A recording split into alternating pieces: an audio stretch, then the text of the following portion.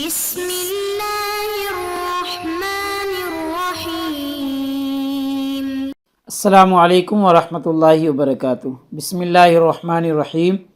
عزیز طلباء کرام، ایم اے اسلامیات کے مضمون فقہ و اصول الفقہ کا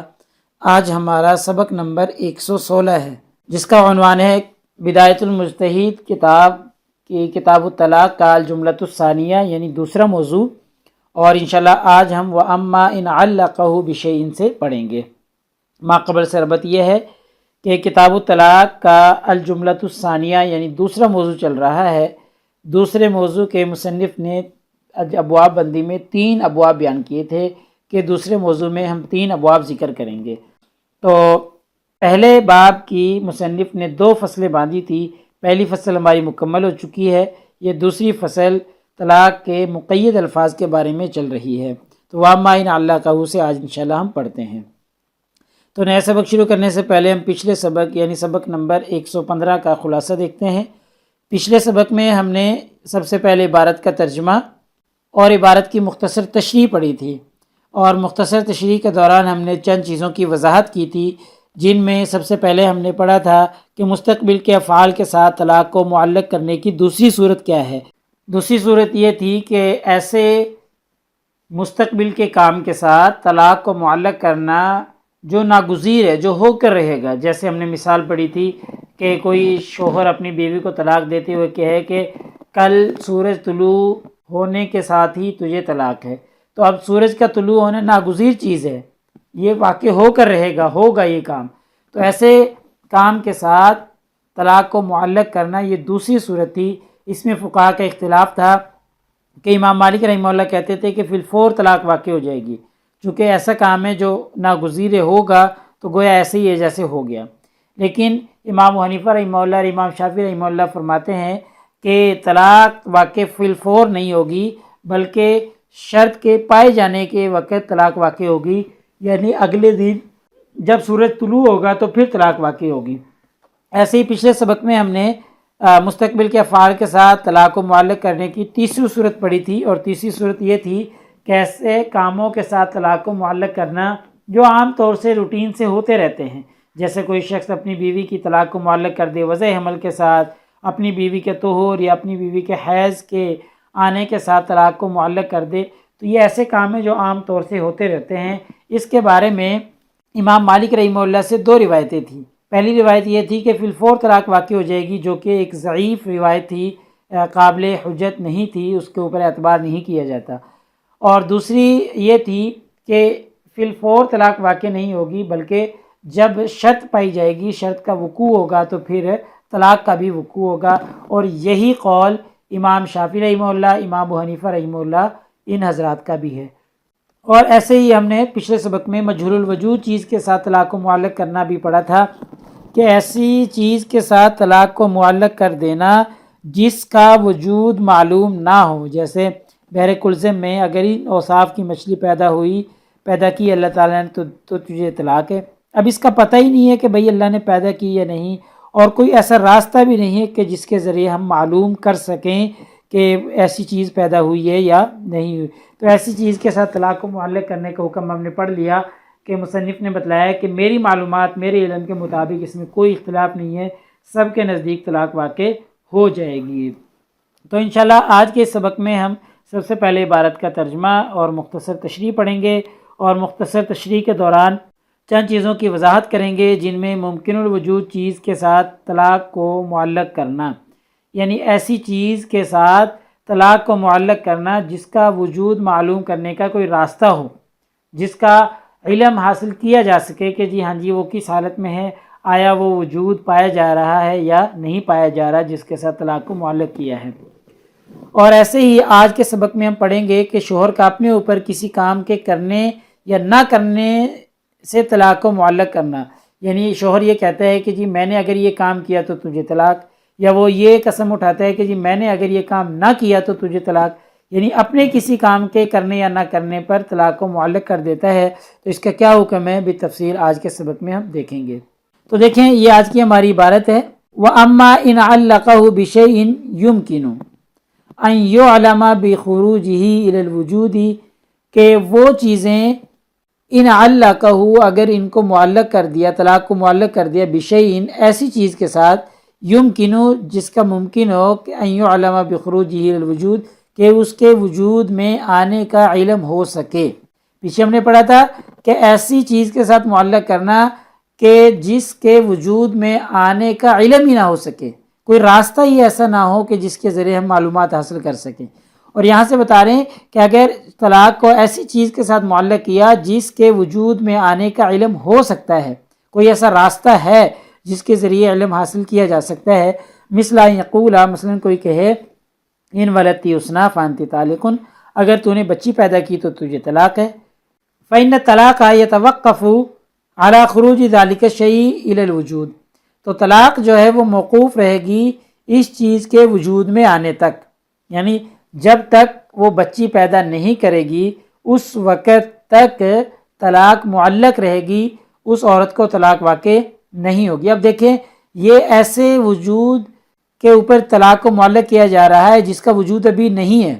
لیکن راستہ موجود ہے، معلوم کیا جا سکتا ہے کہ جب وہ بچی یا بچہ پیدا کرے گی، وضع حمل ہوگا تو معلوم ہو جائے گا کہ جی اس نے بچی پیدا کی ہے، بچہ پیدا کیا ہے، تو پھر ایسا راستہ موجود ہے ہمارے پاس۔ پچھلی جو صورت ہم نے پچھلے سبق میں پڑھی تھی اس میں کوئی ایسا راستہ موجود نہیں تھا۔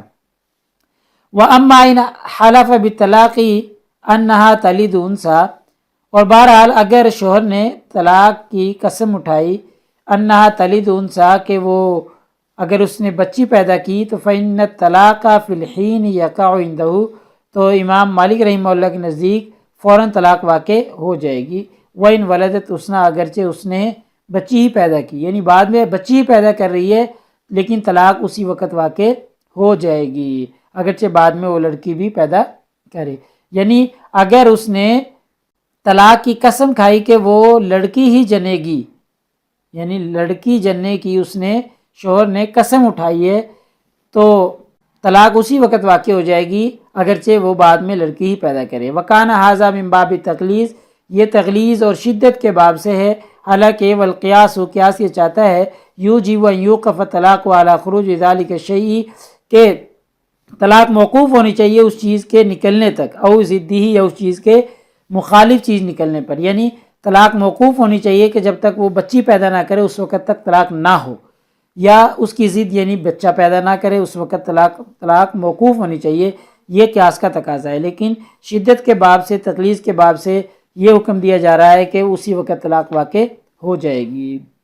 بہرحال خلاصہ یہ ہے کہ ایسی چیز جس کا وجود بعد میں معلوم ہو سکتا ہے تو اس کے وجود کے علم حاصل ہونے تک طلاق جو ہے وہ موقوف رہے گی۔ اگلی عبارت ہے وَمِن قول مالک، امام مالک رحمہ اللہ کا قول ہے إِنَّهُ إِذَا أَوْجَبَ الطَّلَاقَ عَلَى نَفْسِهِ، اگر کسی شخص نے اپنے اوپر طلاق کو واجب کر لیا، ٹھیک ہے، امام مالک فرماتے ہیں کہ اگر کسی نے واجب کر لیا علی نفسی، اپنے اوپر ہی طلاق کو، بشرط ان یفعل فعلا من الافعال، اس شرط کے ساتھ کہ وہ یہ کام کرے گا، یعنی کسی کام کے کرنے کے ساتھ اس نے طلاق کو واجب کر لیا، شوہر نے خود ہی اپنے اوپر، انہ لا یحنس، تو وہ حانس نہیں ہوگا، حتی یفعل ذلک الفعل، یہاں تک کہ وہ اس کام کو کر لے، یعنی اس کام کو کرے گا تو حانس ہوگا، اگر نہیں کرے گا تو پھر حانس نہیں ہوگا۔ وَإِذَا أَوْجَبَ الطَّلَاقَ عَلَى نَفْسِهِ بِشَرْطِ تَرْكِ فِعْلٍ مِنَ الْأَفْعَالِ، یا اس نے دوسری صورت ہے کہ کام کے نہ کرنے کے اوپر طلاق کو معلق کر دیا، اذا اوجب الطلاق، طلاق کو واجب کر لیا علی نفسی، اپنے اوپر، بشرط ترک فعل، کسی کام کے چھوڑنے پر، اس نے یہ کہا کہ جی میں یہ کام نہیں کروں گا، اگر میں نے یہ کام کر لیا تو تجھے طلاق ہے، فإنہ علی الحنس، تو وہ حانس ہو جائے گا، حتی یفعل، یہاں تک کہ وہ اسے کر لے، ویوقف عنده عن وطی زوجتہ، ٹھیک ہے، لیکن وہ اپنی بیوی سے وطی کو موقوف رکھے گا، وطی نہیں کرے گا، ہم بستری اپنی بیوی سے وہ نہیں کرے گا۔ فإن امتنع عن ذلك الفعل اکثر من مدت، اگر وہ رک گیا اس کام سے، یعنی اس نے وہ کام نہیں کیا، اکثر من مدت اجل الإیلاء، ایلاء کی مدت سے زیادہ، یعنی ایلاء کی جو 4 مہینے کی مدت ہوتی ہے وہ گزر گئی، اتنی دیر تک اس نے وہ کام نہیں کیا، رکا رہا اپنی قسم کے اوپر، تو ضرب لہ الاجل الایلاء، تو جو ایلا کی مدت ہے وہ اس کے اوپر لازم آ جائے گی. ٹھیک ہے، ضربہ لہو اجل الیلا، ایلا کی جو مدت ہے وہ اس کے اوپر لازم ہو جائے گی. ولیکن لا یقع عندہ، لیکن طلاق واقع نہیں ہوگی، طلاق ابھی بھی واقع نہیں ہوگی. حتی یفوت الفعل، یہاں تک کہ وہ فعل ہی ختم ہو جائے. یعنی آپ آسان انداز میں سمجھ لیں کہ کوئی شخص اتنا کیا کہیں ضدی کہہ لیں کہ اتنا ضدی ہے کہ اس نے یہ قسم اٹھا لی کہ جی میں یہ کام نہیں کروں گا، اگر میں نے یہ کر لیا تو تجھے طلاق ہے. اب وہ ڈٹا رہا، اس نے وہ کام کیا ہی نہیں، اور ایلا کی مدت یعنی 4 مہینے سے بھی زیادہ ہو گئی تو اس کے اوپر ایلا کی مدت لازم ہو جائے گی، لیکن طلاق ابھی بھی واقع نہیں ہوگی. ہاں پھر بھی اس نے وہ کام نہیں کیا یہاں تک کہ وہ کام ہی ختم ہو گیا، وہ کام بالکل سرے سے ختم ہی ہو گیا، تو ان کان مما یقع فوتہ، اگر وہ کام ایسا ہے کہ جو فوت ہوتا ہے، جو ختم ہوتا ہے، تو ومن العلماء من یری انہ علی بر، تو علماء کہتے ہیں کہ وہ اس کام سے پھر بری ہو جائے گا حتی یفوت الفعل، یہاں تک کہ وہ فعل ہی ختم ہو جائے، فوت ہو جائے. یعنی اس نے وہ کام کیا نہیں، فعل فوت ہو گیا، تو علماء کہتے ہیں اب یہ بری و ذمہ ہو گیا ہے. وَإِن كَانَ مِمَّا لَا يَفُوتُ، اگر وہ کام ہی ایسا ہے جو فوت نہیں ہوتا، كَانَ عَلَى الْبِرِّ حَتَّى يَمُوتَ، تو وہ موت تک بری و ذمہ ہو جائے گا، پھر موت تک وہ بری و ذمہ ہے، اس کے اوپر کوئی ذمہ داری عائد نہیں ہوگی. لہٰذا ہمارے آج کے سبق کا خلاصہ بنا کہ آج کے سبق میں ہم نے سب سے پہلے عبارت کا ترجمہ اور عبارت کی مختصر تشریح پڑھی ہے، اور تشریح کے دوران ہم نے چند چیزوں کی وضاحت کی ہے کہ ممکن الوجود چیز کے ساتھ طلاق کو معلق کرنا، یعنی ایسی چیز کے ساتھ کہ جس کا بعد میں علم ہو سکے، ابھی اس کا وجود نہیں ہے جب طلاق کو معلق کر رہے ہیں، لیکن بعد میں علم ہو سکتا ہے، ایسی چیز کے ساتھ طلاق کو معلق کرنے کا کیا حکم ہے تفصیلاً ہم نے پڑھ لیا ہے. ایسے ہی شوہر کا اپنے اوپر کسی کام کے کرنے یا نہ کرنے سے طلاق کو معلق کرنا، یعنی شوہر اپنے اوپر ہی یہ قسم اٹھا لے کہ میں یہ کام کروں گا تو تجھے طلاق ہے، یا یہ قسم اٹھا لے کہ میں یہ کام نہ کروں تو تجھے طلاق ہے. تو اس طرح کی قسم اٹھانے سے، اپنے اوپر طلاق کو لازم کرنے سے کیا حکم ہے تفصیلاً ہم نے دیکھ لیا ہے. تو پیپر میں پوچھی جانے والے سوالات سے متعلق اگر ہم گفتگو کریں تو وہی سوال کہ جی مذکور عبارت کا ترجمہ اور تشریح کریں، اور یہی سوال عموماً ہمارا چل رہا ہے. ایسے ہی طلاق کو معلق کرنے کی صورتیں بیان کریں، نیز ان میں فقہا کی آراء بھی واضح کریں. تو یہی ہمارا موضوع چل رہا ہے کہ یہ اسباق میں اور اسی تسلسل کے ساتھ یہ آگے چلتا رہے گا. انشاءاللہ اگلے سبق نمبر 117 میں ہمارا یہی عنوان بدایت المجتہد کتاب کے کتاب الطلاق کا الجملۃ الثانیہ یعنی دوسرا موضوع چلے گا، اور انشاءاللہ ہم ومن ھذا الباب اختلافہم سے آگے پڑھیں گے. جزاکم اللہ خیر. السلام علیکم ورحمۃ اللہ وبرکاتہ. اللہ پاک آپ سب لوگوں کا حامی و ناصر ہو. اللہ تعالیٰ آپ سب لوگوں کو جزائے خیر عطا فرمائے. اگلے سبق تک اجازت چاہتا ہوں. والسلام.